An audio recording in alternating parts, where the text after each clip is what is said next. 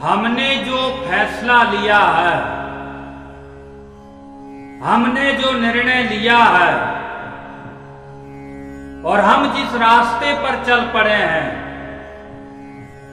हमारी जो कामना है, जो इच्छा है, जो चाहत है, उसको प्राप्त करने के बाद में, उसको अर्जित करने के बाद में, उसको हासिल करने के बाद में उसका परिणाम क्या होगा, उसका अंजाम क्या होगा, हमको ये जानकारी होना चाहिए। क्योंकि बिना सोचे विचारे किए गए कार्य अक्सर दुखदायी होते हैं। बिना विचारे लिए गए फैसले और निर्णय बड़े भयानक परिणाम पैदा करते हैं, जो हमारे जीवन को ही बदल देते हैं, जो हमारे जीवन को, हमारी जिंदगी को तहस नहस कर देते हैं। जीवन हमारा बर्बाद हो जाता है, दुखों से भर जाता है, कष्ट और कठिनाइयों से घिर जाता है। चारों तरफ अपमान ही अपमान, लांछन ही लांछन, तिरस्कार ही तिरस्कार मिलता है हमको। हम अकेले हो जाते हैं, कोई हमारा साथ नहीं देता है, कोई हमारे साथ नहीं होता है, हम परेशान हो जाते हैं। इसलिए बिना सोचे विचारे कुछ नहीं करना चाहिए। जब भी जो भी निर्णय लीजिए, 100 बार सोचिए, फिर उस ओर चलिए, फिर उस ओर कदम बढ़ाइए, ताकि बाद में पछताना ना पड़े, बाद में पश्चाताप की अग्नि में जलना ना पड़े, शोक सागर में डूबना ना पड़े, बुरी और भयानक परिस्थितियों का सामना ना करना पड़े। निर्णय बड़े सूझबूझ से लिया जाता है। आज माता कैकेयी ने अपने पुत्र धर्मात्मा भरत जी को राजगद्दी दिलाने के लिए विकराल अपना रूप बना लिया, मटमेले कपड़े पहन लिए, केस खोल लिए और कोप भवन में जाकर के पहुंच गई। और वहां दशरथ जी महाराज गए और उनसे वचन और राम जी की शपथ ले ली कि आप राम की शपथ खाइए कि मैं जो मांगूंगी आप वही दोगे। और दशरथ जी महाराज ने कह दिया कि देवी, मैं राम की सौगंध खाता हूं, जो आप मांगेंगे वो मैं आपको प्रदान करूंगा, ऐसा मैं वचन देता हूं। और रघुकुल रीत सदा चली आई, प्राण जाए पर वचन न जाए। ठोक बजाकर जब सब ओर से माता कैकेयी ने देख लिया कि अब महाराज पूरे बाध्य हो गए, विवश हो गए, लाचार हो गए, तब जाकर के उन्होंने अपना आज समय पा करके 2 वचन मांग लिए। वचन देने से पहले भी, वायदा करने से पहले भी आपको ये याद रखना चाहिए हम किसको क्या वचन दे रहे हैं, हम किससे वायदा कर रहे हैं, हम किसका एहसान ले रहे हैं, किसका उपकार ले रहे हैं, किसके उपकारों के नीचे दबे जा रहे हैं हम। क्योंकि बुरे आदमी को दिया गया वचन और वायदा और बुरे आदमी के एहसानों के नीचे दबना भी एक प्रकार से दुख ही है। दशरथ जी महाराज के सामने अवसर का लाभ उठा करके कैकेयी माता ने इस प्रकार के वचन कहे, सुनहु प्राण प्रिय भावत जी का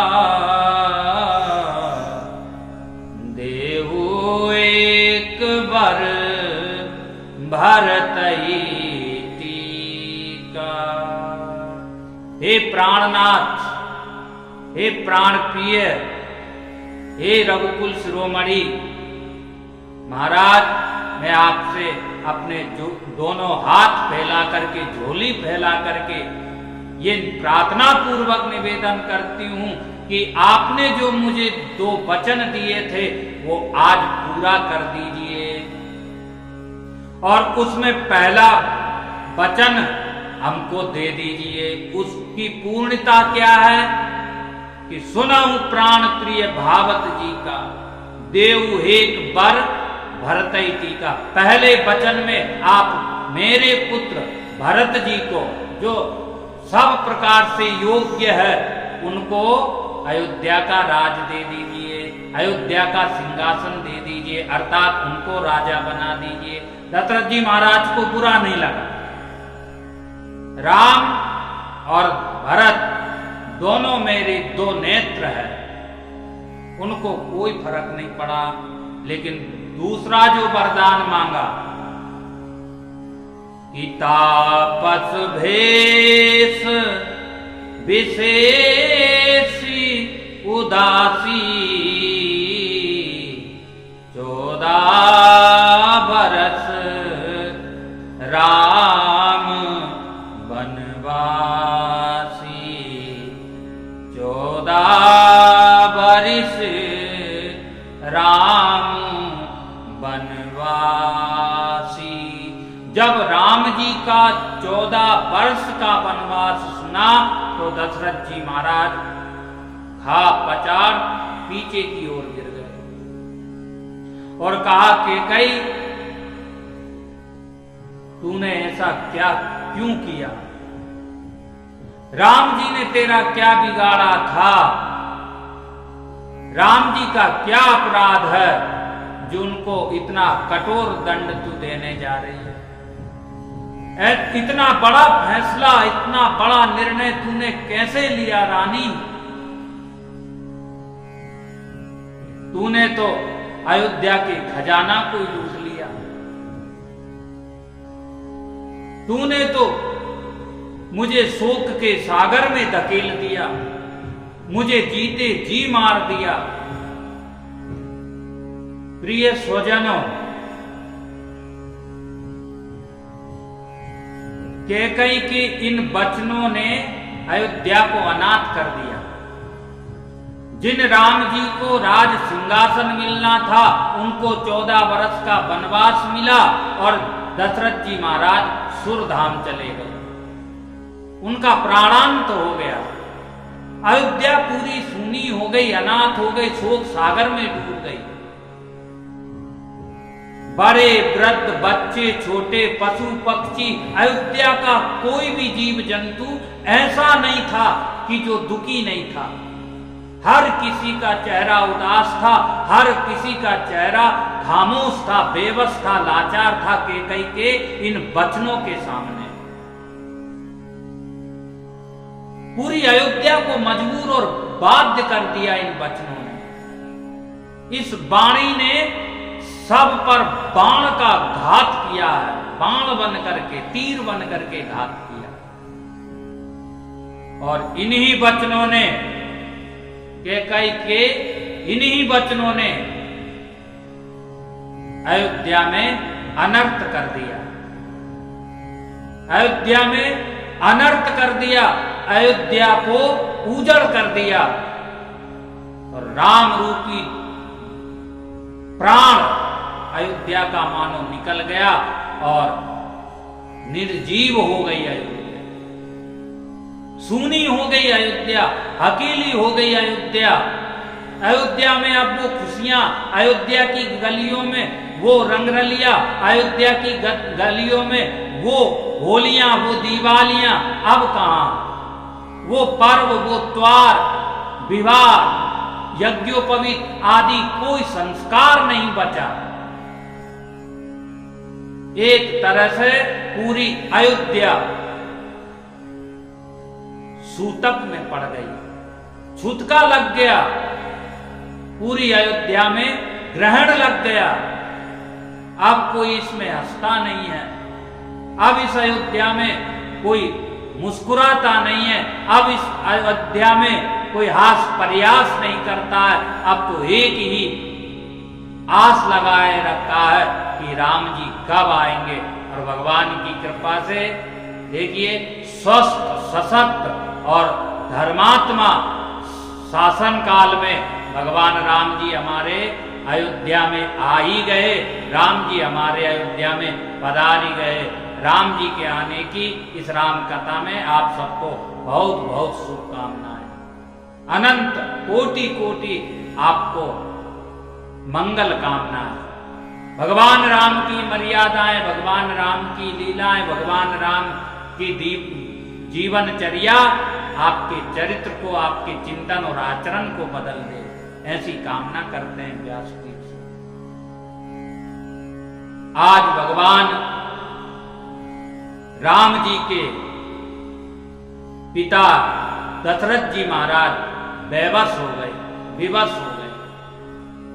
दशरथ जी महाराज बाध्य हो गए, मजबूर हो गए, लाचार हो गए। दशरथ जी महाराज एक प्रकार से बंदी हो गए। स्मरण रखिए, याद रखिए, अधिक ममता, अधिक स्नेह संसार के जिन जिन जीवों से जिसने भी किया है वही उसका दुख का कारण बना है। दशरथ जी महाराज की दुख का कारण उनकी सोच ही है, उनका चिंतन ही है, क्योंकि वो रानी कैकेयी को ज्यादा ही महत्व देते थे, कुछ ज्यादा ही मानते थे उनको। संसार का पदार्थ हमको सुख देता है तो बदले में दुख भी देता है। संसार का पदार्थ हमको खुशी देता है तो बदले में गम भी देता है। संसार का पदार्थ हमको थोड़ी देर संतुष्टि देता है तो थोड़ी ही देर में वो असंतुष्टि भी प्रदान करता है। इसलिए प्रेम भगवान से करना चाहिए, प्रेम ठाकुर जी से करना चाहिए, ममता ईश्वर से करना चाहिए। अनन्य ममता विष्णु, आप ममता भगवान श्री हरि के चरणों से, भगवान नारायण से, विष्णु से करना चाहिए तो हमारा जीवन सफल हो जाएगा, सार्थक हो जाएगा। ममता किससे करे ये सोचना चाहिए, ममता कहाँ कर रही है हमको देखना चाहिए। कहीं गलत जगह हमारा मन लग गया तो भी एक विडंबना ही है, तो भी एक दुर्घटना ही है।